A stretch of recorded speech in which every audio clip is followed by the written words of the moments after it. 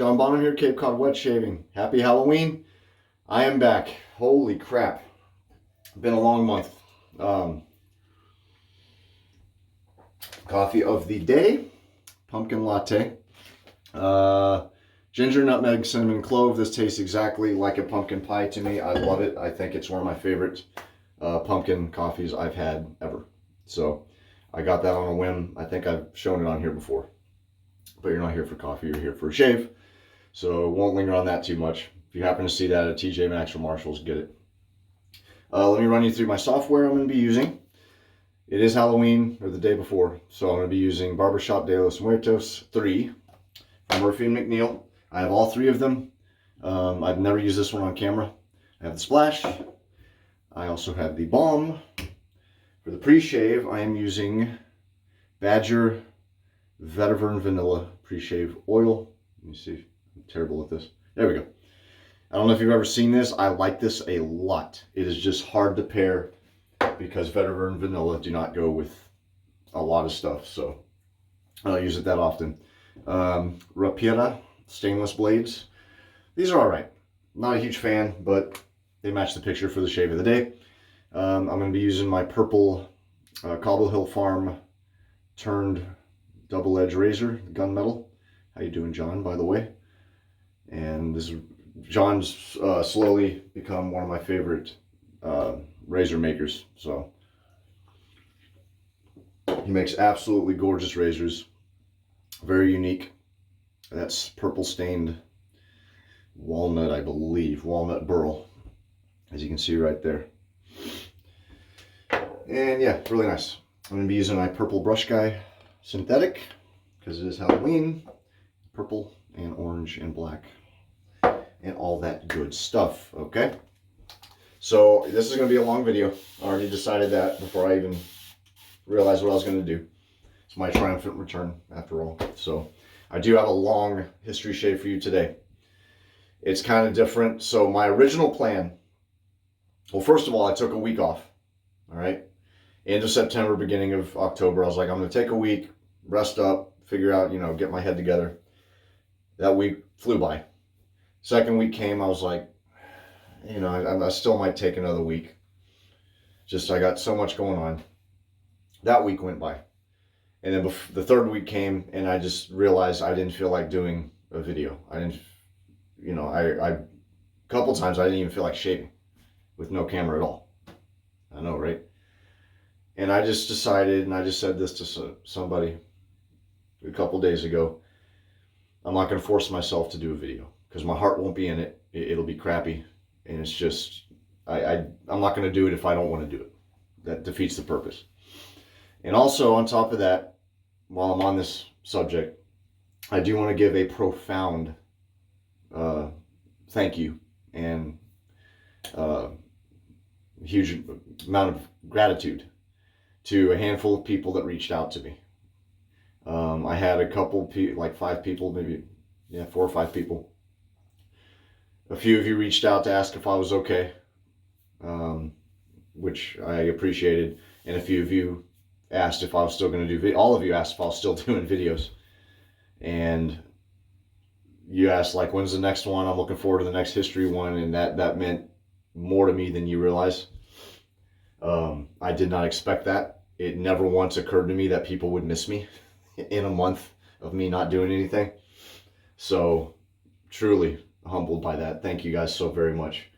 That really helped me do this because this is the day before Halloween. And last year I did, I think, 4 Halloween, 1 a week history shaves.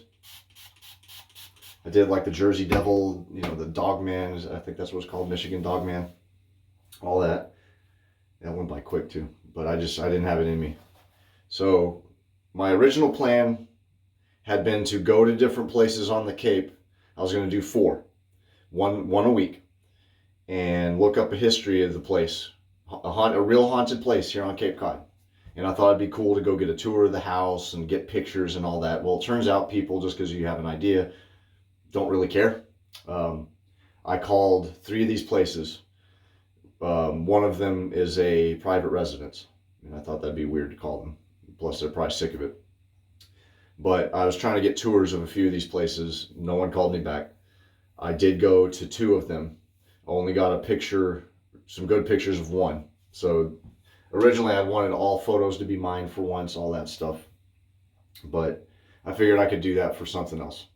So what I'm going to do instead is I'm going to talk about the 4 places I was going to go to anyways, but I'll squeeze them all in, okay?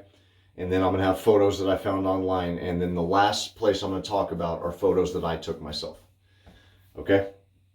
So I'll tell you about the places and what went on with them and all that, but I already did the software. You know what? Okay, I already got the pre-shave on, so let me go ahead and get lathered. Oh man, I have so much I want to say too, and I'm trying to remember everything. So my wife, for those who don't know, I've mentioned it on here, but I'll say it again. Started a new, sent notes to this, sorry. Mint rhubarb leaf, only one I know of that I own that has rhubarb in it. Rum, geranium, patchouli, cedar, vetiver. This is a dupe of a scent, of a cologne scent. I cannot remember what it is. All 3 of them are a dupe of a cologne scent, if I remember correctly. I don't remember what it is. I should have looked it up, but hey. This is an older, tried and true set. People have seen it and know it, so you'll know probably what it is, or you can look it up. Or maybe I'll look it up and post it. I'll probably do that. Or description. Sorry, all over the place. Oh, so my wife started a new job in Boston. And Boston's about an hour and 20, hour and 30 minutes away from us. So she commutes every day, 5 days a week. Sometimes 4. She'll sometimes take Friday off. She took this past Friday off because we had Halloween stuff to do with the kids and she was just tired. But she's basically in the car for about 4 hours a day, traveling to and from Boston. And with the baby doing his sleep crap that he likes to do, I take him so she can sleep because she gets up at 4 a.m. Well, if he's not sleeping well and I'm up with him, I'm not sleeping well, which means I'm tired. And if I'm tired and I'm barely able to do the bare minimum, like laundry and stuff around the house, I'm not going to do a video. So that's what it was. I took, and this is around the time of year where things start amping up, where we do stuff a lot more with the kids. Like we did, oh, you know what? Let me go ahead and show you a couple pictures, if that's all right. We did a hayride and we did a trunk or treat thing. We do things every weekend. Here's a photo of us at, it's a place called the Commons. We walked around, you go to the different storefronts and trick or treat. That's what we did there. And that was me dressed up in my costume. Oh, this is my baby, my 5-month-old. He was a garden gnome. And everybody was flipping out over him. Not to brag, but hey, I'm a dad. That's what dads do. I had a lot of fun. We did that this past weekend. And then the weekend before we did the hayride. So we've been busy. And kids are only young once, you know. So, anyway. This lather's going to go on thin, I can already tell. It smells really good. Wow. But, alright, it's enough rambling for me. Almost 10 minutes into the video, I haven't even started shaving. And it's a shave video. Okay. So, I hope you like the cover too, by the way. I made that Cape Cod with the face. So, the first place I'm going to talk about is called the Captain Linnell House. Alright? It is 45 minutes away or 35 miles drive from me. All these places are less than an hour away. One of them I have driven by for years, had no clue that it was old as hell and haunted. Because I used to live right down the street from it. But we'll get to that in a second. Okay. Like I said, thin. I'm aware. I'll thicken it up here. Man, what a good scent on this. A cologne-ish barbershop. And hello, Matt Martin, by the way. I've talked to you briefly in email of all places. He's not on social media anymore. He retired. I'll talk about him in a second. I actually have a good story about him. So the Captain Linnell House is located in a town called Orleans. Now, the one time I don't have the Cape Cod towel behind me, it would be so much easier. And I'm trying to remember. There's the door. All right. So we do this on the Cape to talk about Cape Cod because of the shape. So I live right around here. Here's Cape Cod Canal. I live in this area here. It's called Upper Cape. Then there's Mid Cape. And then there's Lower Cape, which is weird because you go up. But this is Upper Cape. This Provincetown is in this area here. Orleans is about right here. Okay. Harwich, where my son's learning to drive, was right here. So about 45-minute drive. Orleans is a beautiful, cute, quaint little town. Love it there. But you're basically halfway to, we call it P-Town, Provincetown, if you're in Orleans. So Orleans, Mass. was built in 1840 by a man named Captain Ebenezer Harding Linnell for his wife, Rebecca. All right. There's the good captain and his wife right there. Oddly enough, there are not a lot of portraits. This second one here, there's barely any photos I could find at all, which is very frustrating because I love to do photos. That's why every now and then, if it's been a long time during a video and if there's been no photo, I'll just find one that matches the subject matter, like a staircase or something, you know what I mean?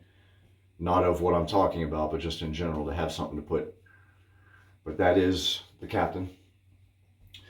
So, he was captain of a clipper ship known as the Eagle Wing. It was very famous at that time in history. This is actually a real poster advertising the Eagle Wing, and you can see right there, it says Captain Linnell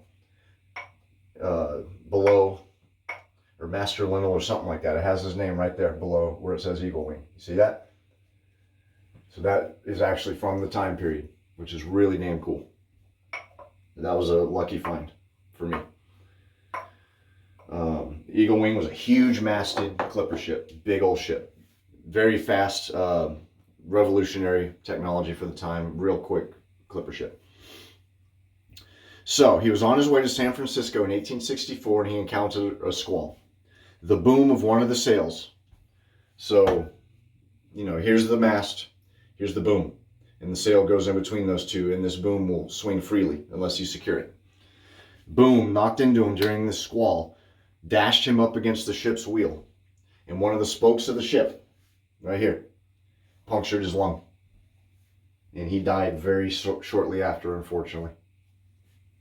He was buried at sea. One of the spokes of the wheel punctured his lung. He did not survive, and he was buried at sea. A letter was sent to his widow by his first mate. Okay? His wife, Rebecca, was just completely devastated, beside herself. She never remarried.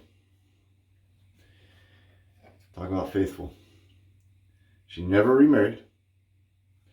And it is said she spent the next 60 plus years waiting in the house's cupola. Okay? A cupola, if you ever see, it's hard to describe. If you ever see like a round, think of a gazebo. That little top thing on the top of a gazebo is a cupola. Churches have them. Schools had them. Most schools had them back in the day. That's where the bell would be. So there was a cupola to this house. It still exists to this day. I tried to find a photo of it, a good one, and I couldn't. But it's right above the main entrance of the house, okay? In fact, here's a photo, real-time photo, modern day, of the Captain Linnell house. And you can just see, I know it's nighttime, but just right there, you can just make out the cupola. Right near that pine tree there, okay? So she would sit in that cupola, looking out over the water, waiting in vain, hoping that the news of her husband's death was wrong and that he would come home. And to her dying day, she did that every day, waiting for him. And I didn't tell you first pass too with this razor. This is a new blade. Brand new blade. And I got a good feeling here because I don't feel the blade at all. And these razors are really nice. Okay. News to be wrong. So eventually the house became a restaurant. Okay. Poor Rebecca passed away. And the house switched owners a few times, and eventually it came to someone who turned it into a restaurant. And it was a restaurant for quite a while. Now, it is no longer a restaurant. In 2020 or 2021, I believe, it was purchased, and for the first time in decades, was reverted back to a private residence. There's a couple, I forget their names, not like I'd mention it anyway, it's not important. I know the wife is a retired teacher, and they bought it for like $1.8 million, something like that. What kind of teacher was she? Teachers are vastly underpaid, in my opinion, or at least underappreciated. Anywho, it was a restaurant. Now here's where things get interesting. It was also used for a lot of wedding receptions. So the point being, a lot of people started triapsing around on this property.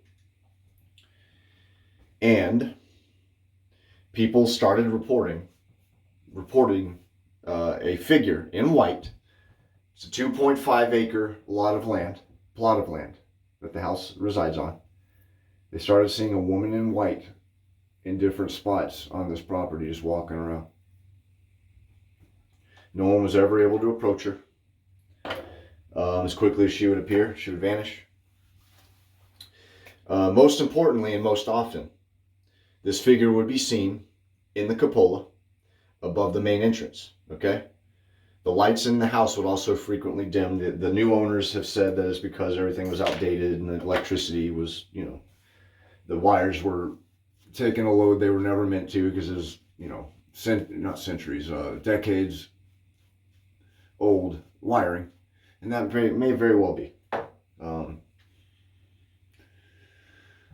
There's a saying, one of the sayings on Cape Cod is, if you don't like the weather on the Cape, drive a mile somewhere. And it's just because the weather's so sporadic. And boy, is it. We will have rain in our front yard, and the sun will be out in our backyard, and you can see a rainbow in the front. That's actually happened quite a few times. Like, the weather here is so sporadic. We've had it be 30 degrees below freezing, and it was raining. However the hell that works. That one pissed me off, because I want snow. Always want snow. So, the light thing may very well be. I do believe that. The cupola part, though, the interesting thing about that is it had long since been closed off. It is now merely decorative. It is not a functioning cupola. There's no reason to go up in it. There's no way to go up in it. It's been walled off, from what I read. Merely decorative. The only way to access it is to go on the roof and access it that way, solely for repairs. Yet there's a figure in white in it. Okay. So yeah, that's the Captain Linnell house. It's supposed to be well known. The new owners have been very hush hush about any goings on or anything supernatural, because they obviously knew the house they were getting, so they probably just want their privacy, which I would as well. So they're very hush hush on it. And I did say one of them was a private residence. I forgot this one is now a private residence too. And I guarantee you, if I'd have called them, they would have probably been like, yeah, dude, you're not going to be walking all over the place. Weirdo. All right.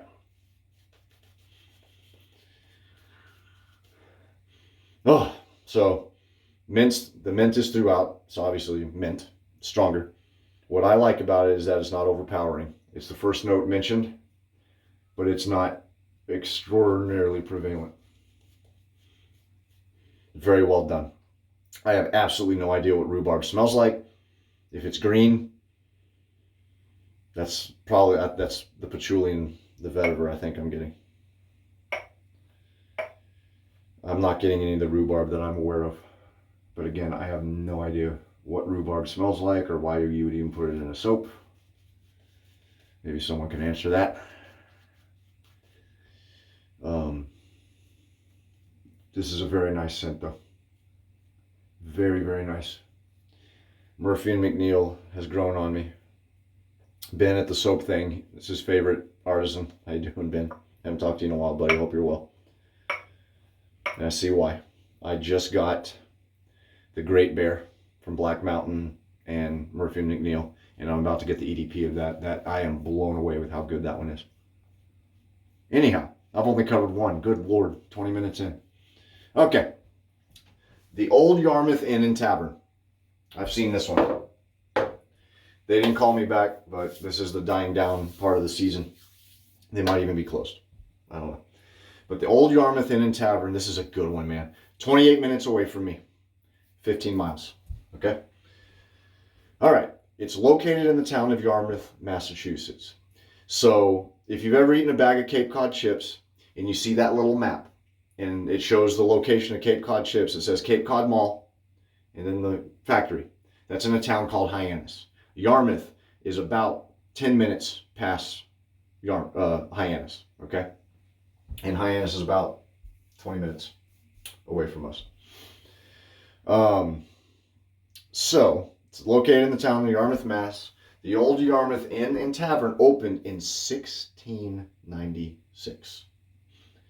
It holds the record, right now, holds the record of the oldest inn in the entire United States that is still in operation. Very cool, didn't know that.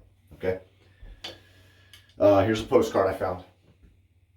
That is, I don't know what year that is. Looking at that car, that's probably the, what, 1920s, right? Old Model T or Model A or whatever the hell that is. I'm not a car expert at all, let alone classic, but yeah. That is a picture of the Old Yarmouth Inn. So it was once part of the Underground Railroad. How cool is this? And there is, to this day, a hidden room in the attic where runaway slaves would hide. From what I read, it's still there. That's something you want to keep around when you renovate for historic purposes, in my opinion. All right. Apparently, the ghost, one of the ghosts, they think there's a couple of them, but one of them, the most prevalent one, they believe is a female slave. Was a female slave when they were alive. Okay? They still believe her ghost resides in the building. I got 4 pages here, FYI. A guest was awakened in the middle of the night. This is freaking crazy right here. A guest was awakened in the middle of the night to the sensation of someone rubbing and massaging his feet. He looked to see who it was, and there was nobody there. He immediately freaked out, and covered his head with the blankets. He hid. When he did this, he said that the bed began to shake violently, like someone had just grabbed it and started shaking the headboard and shaking the whole bed. He leaped out of the bed in terror, fled the house, and sat on the front porch all night, awake, until the sun came up.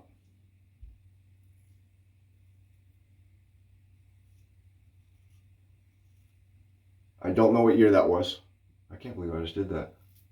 Did you just see what I just did? Did you see that? I was doing this. I can't believe I just didn't slice my face. I can't believe I just did that. Did you see that? I'm an idiot. I can't believe it. I was like, man, trying to adjust my angle like that hurts. I cannot believe I just did that. Oh, I'm going to leave that in. Has anyone shaved their face by accident with this part of the freaking razor? Good grief. That was embarrassing. It's like, man, this hurts. What the hell's going on? All right, anyway. So the reason they are pretty sure that it's a female slave is because former female slaves were expected to give their owners a foot massage as one of their many duties. Hence, the probable nature of the ghost, the female nature. Another figure has been seen as well. He is described as a middle-aged man in 19th century garb who peers curiously at guests, like he's trying to ascertain as to why it is they're walking around his house. And so they're pretty sure that he is one of the previous owners. Okay? So you just look up and he's looking at you like, what are you doing in my house? But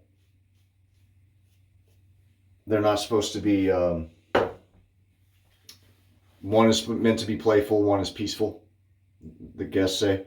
So the current owners believe there to be several entities, as I said. Ashtrays have been found flipped over, which this must have been years ago because there's no smoking anywhere close to a building in Massachusetts, really anywhere, but especially Mass.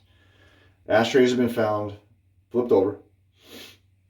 Glasses have vibrated hanging over the bar, and staff have heard whispers. One staff member even said that they heard someone whisper their name in their ear. No, thank you. But all agree that they mean no harm. And here's a modern day photo. This is not taken by me, unfortunately. I would have loved to have, but it probably would have looked like that. So that's a photo of Old Yarmouth Inn and Tavern. There it is. Looking for my brush. Nicked myself. No surprise there. Okay. The Dillingham house. Okay, this one is the one that I used to live near.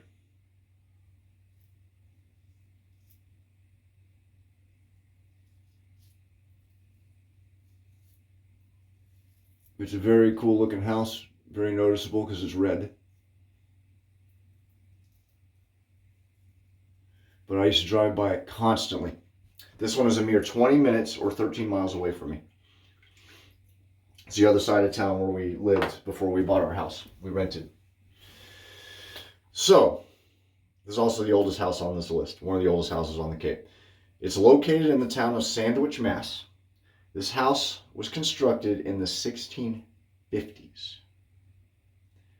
by a man named Edward Dillingham, who was one of the founders of the town of Sandwich. Okay? This is a list of the founders of the town. I believe this is in the Sandwich Town Hall. And right there you can see the name Edward Dillingham. I don't know if it's Dillingham or Dillingham. I'm pretty sure it's Dillingham. There you go. That is an old house. One of the first ones in the area. Maybe the first. I don't know. It was built by one of the founders for one of the founders, so it's definitely one of the first houses in the area. So the house was passed to a man named Branch Dillingham in the early 1800s. Okay? Branch Dillingham was his grandson. His wife and 9 children resided in the house with him until his unfortunate suicide. I couldn't find why he did it. This is probably the saddest story on here. I couldn't find out why he did it or how or even where.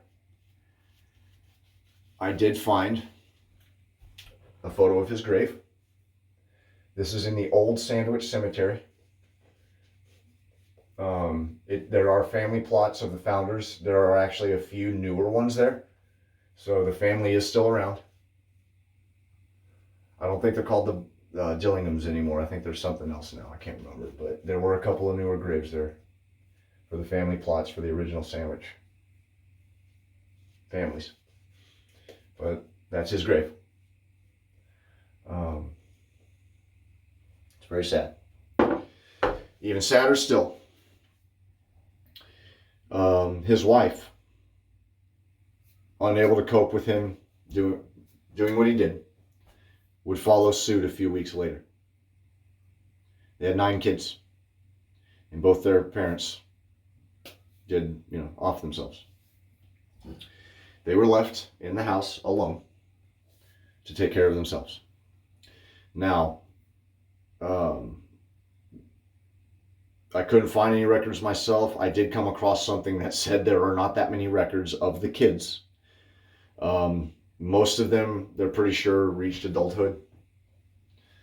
In the early 20th century, the Dillinghams lost ownership of the house, so the family just moved on. Again, from what I read, if I read correctly, the Dillinghams are still in the area.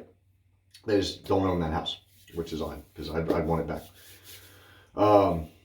It did become a boarding house in the early 1920s, I believe. Early 20th century, it could have been 1908 or something. But it did become a boarding house, and by then, people had begun to notice strange and frightening occurrences. Children had been heard running and giggling within the house. So they'd hear kids playing, basically. It is a 2-story house. You know what? Let me go ahead and... I didn't write down photo of the house, did I? Oh, yeah, I did. Okay, well. I'll go ahead and put that here, I think. Yeah, why not? I did it early. Oh, well. Footsteps have also been heard throughout the property, not only in the house, but outside, which is freaky. Doors would unlock, and the doors would open on their own. They would also lock back. And an angry man in Victorian garb has been seen glaring out of windows at people. All right? So I would imagine that might be Branch. I don't know. I don't know if anyone believes in that stuff. A buddy of mine and I actually had that conversation about kind of recently. And I'm not just saying that for the sake of the video. Because we were talking about something. I can't remember what it was. Ghosts, obviously. And my outlook is I find it extremely arrogant to say with certainty one way or the other. I haven't had any experience, ghostly phenomenon, supernatural or anything. But what do I know? You know what I mean? To say 100% no way, no how, I'm not going to say that. But I also won't say 100% definitely because I haven't seen anything. Anyway. Okay, so the current owner today, has noticed the stench of bad, rancid meat and has claimed to have woken up to a small girl staring at them in the bedroom. Nope. All right, I'm good here. I just lathered again for the skin food, and I thought I'd have to touch up. Got myself good there. But not bad. All right, let me rinse off. I'll do the last place. 1 sec. Alrighty. So 2 things just happened. One, I hit stop. I hit pause and then accidentally hit stop, and that sucks because then I lose the time counter, and I usually run longer than I mean to because I always try to keep an eye on it. Second thing that just happened was a guy at that moment decided to knock on our door and ask if we're interested in solar. It's pouring the rain outside, I might add, which is kind of ironic. And the third thing, because this is a small town, I knew the guy. It was a guy named Cliff. He used to be my kid's bus driver.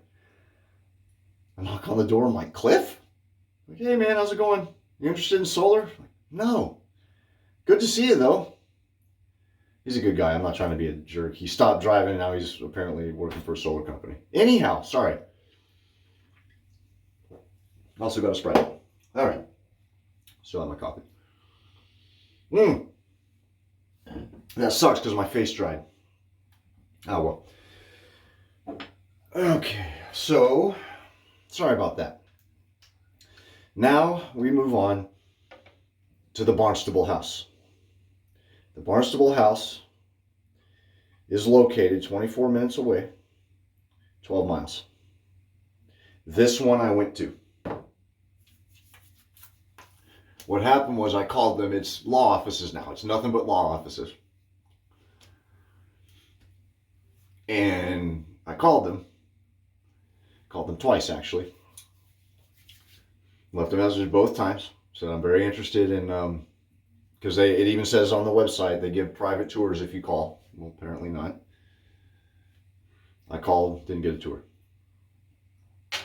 So I said, you know what? I'm just going to drive there. Maybe I'll knock on the door and ask them because I'm there. Well, they were closed. I went on Saturday. Didn't know it was law offices. Makes sense. So splash on this is really good too. Got the rum. Definitely get the rum. Is there geranium in this? What kind of flower is that? There's a flower in there. Yeah, geranium. Okay. Rum and the geranium. Definitely getting the splash. Ooh, that smells good. Okay. So Barnstable House is a house located in Barnstable, Massachusetts. Weird.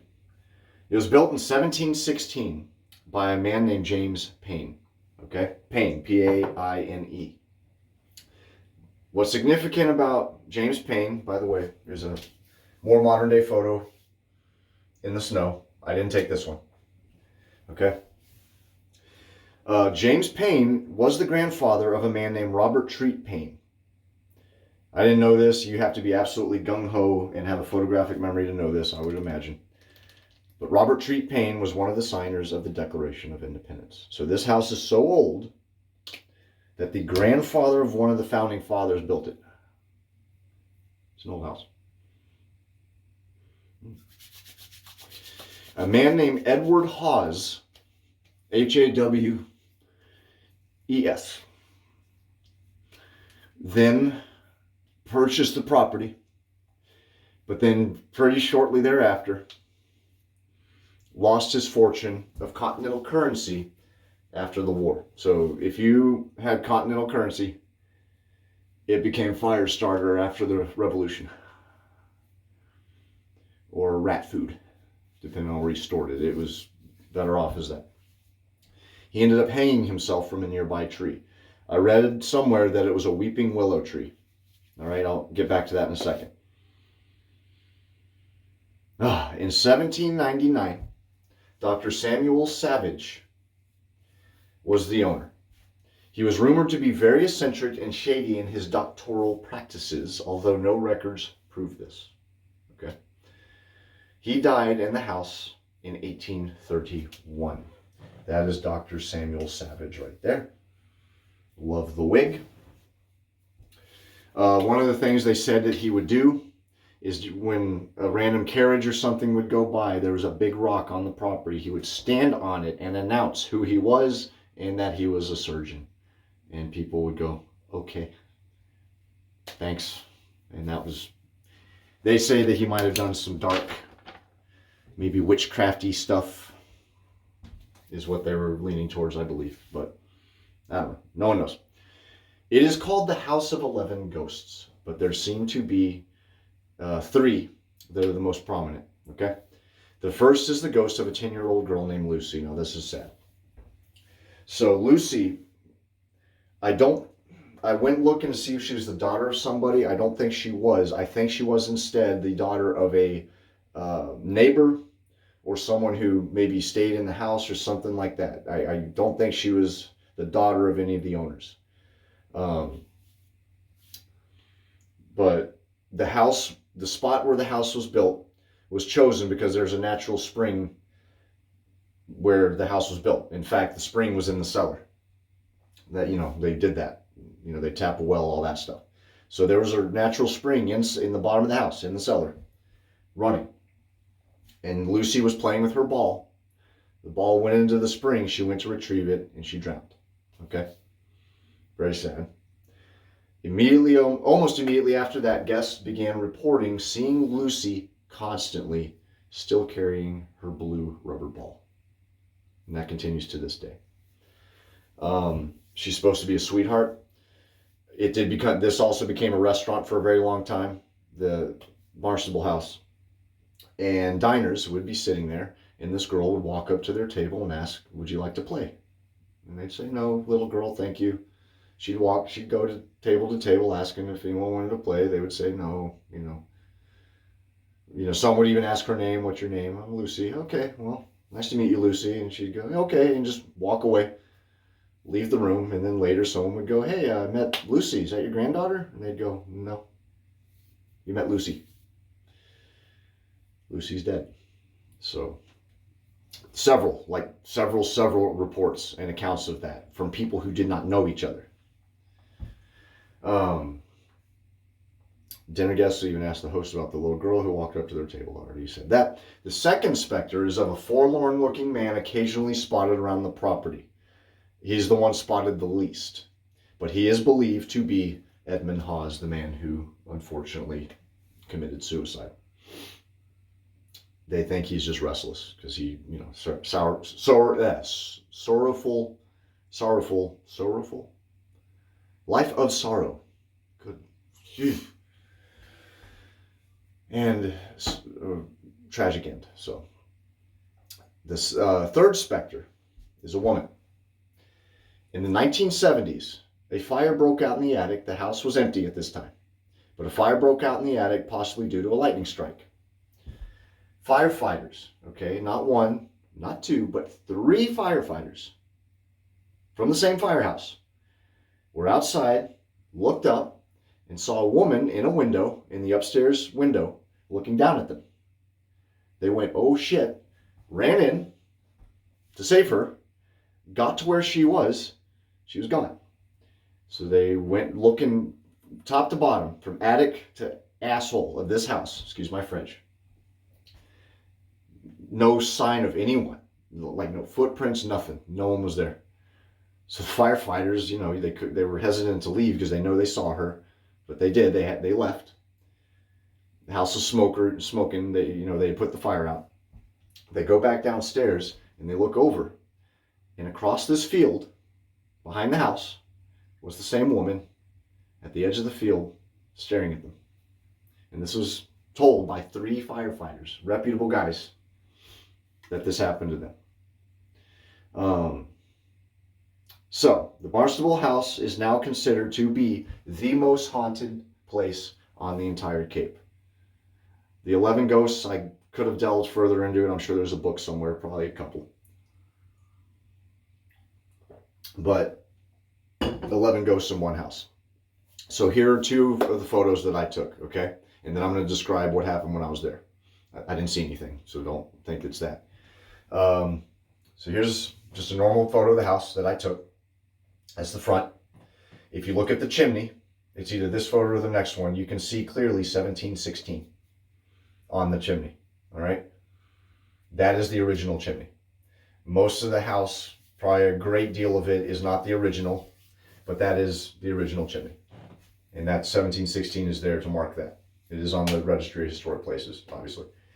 Okay? The second photo, I tried to get an eerie one, so I put my phone on the ground and had it looking up. And that's what that is. Now, the kicker about these photos is that I did more research after the fact, and I was kicking myself because I wanted to go back and take several photos. So, the first photo is the front of the building, the photo of the building there. To the left of the building, if you're looking at it, was the parking lot. Behind the parking lot was this massive weeping willow tree, huge. In fact, there were weeping willow trees all over the property, because behind the house was this big marshy field, and that was the same field that the firefighters were looking at when they saw the woman. I don't know how long weeping willow trees live, but I highly doubt. I mean, this was an old weeping willow tree, probably one of the biggest ones I've ever seen, but I'm very hesitant to think that's the tree. And it was close. It was probably a good 30 feet from the house. So I don't know if that's the one Samuel Hawes used. I'm very hesitant to think so, because that's an old tree, even for trees. But it might have been, I don't know. But I didn't get a picture of the tree. I wish I had. So the second thing, aside from that marshy field, because when I read that about the firefighters, I went, oh my God, I was right there. So if you walk towards that tree and then go behind the house, there's a walkway.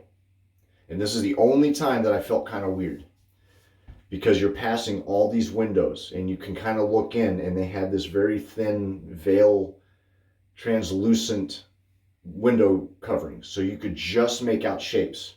And it might be because I knew it was supposed to be a haunted house, but I felt like I was being watched. But that could have been just me, kind of spooked. But I walked up this ramp behind the house, looking to my left was the field. And I was passing all these windows, and I just kept seeing these shapes, and I'm like, man, that's creepy. So I just kind of looked around a little bit and was like, I really shouldn't be here.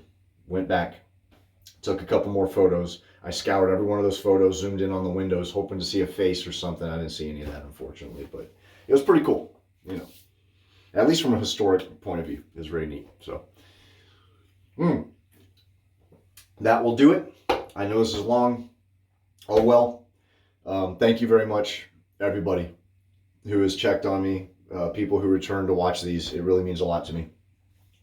I'm going to pick a historic spot on the Cape, and I'm actually going to go to it myself and get photos and all that stuff. I also decided I'm going to upload a lot of photos of the beach. I've talked to a few people surprisingly about this too, because I remember making a comment saying you're not really a, people brag about the Cape, but I'm like, you're a Cape Codder if you go to those same beaches when there's ice on the ground. So I'm going to upload some photos of the Cape Cod beaches with snow. So I'm very much looking forward to that. God, it's cold. In fact, there's a shave of the day photo I did on the beach that I'm going to do in the exact same spot with winter in the background, so I can't wait. Yeah, I'm giving all my secrets away, but yeah, that'll do it. Thank you, everyone. I'm going to, it might be slow going, but I'm going to try to get back into my schedule. I'm going to try to do once a week. I was doing Monday monologue where I would just talk about whatever and use whatever, but I am going to try to do the history stuff again. We're coming into Christmas again. There's a little bit of a lull between Halloween and Christmas for us, but we are basically starting October all the way through New Year's. We're running around like crazy doing, events for the kiddos and all that. But we got the baby on a sleep schedule, a better one, so it is what it is. But thank you again, really, from the bottom of my heart. I really miss doing this. It's therapeutic as hell for me. I have a lot of fun doing it. It's a lot of work, but man, you guys checking in and asking makes it worth it. It really does. So, all right, happy Halloween, everybody. Please be safe. If you're going out there with your kiddos, just be very careful. Things are getting nuts out there. I don't understand what's going on. Human nature is taking a turn for the worse, apparently. But be safe. Have fun. I'm going to be walking around on a giant chicken in sunglasses, so can't wait for that, as you saw in the photo. But, all right, that'll do it. Thank you, everybody. Be safe. Happy Halloween. Until next time, happy shaving. Take care.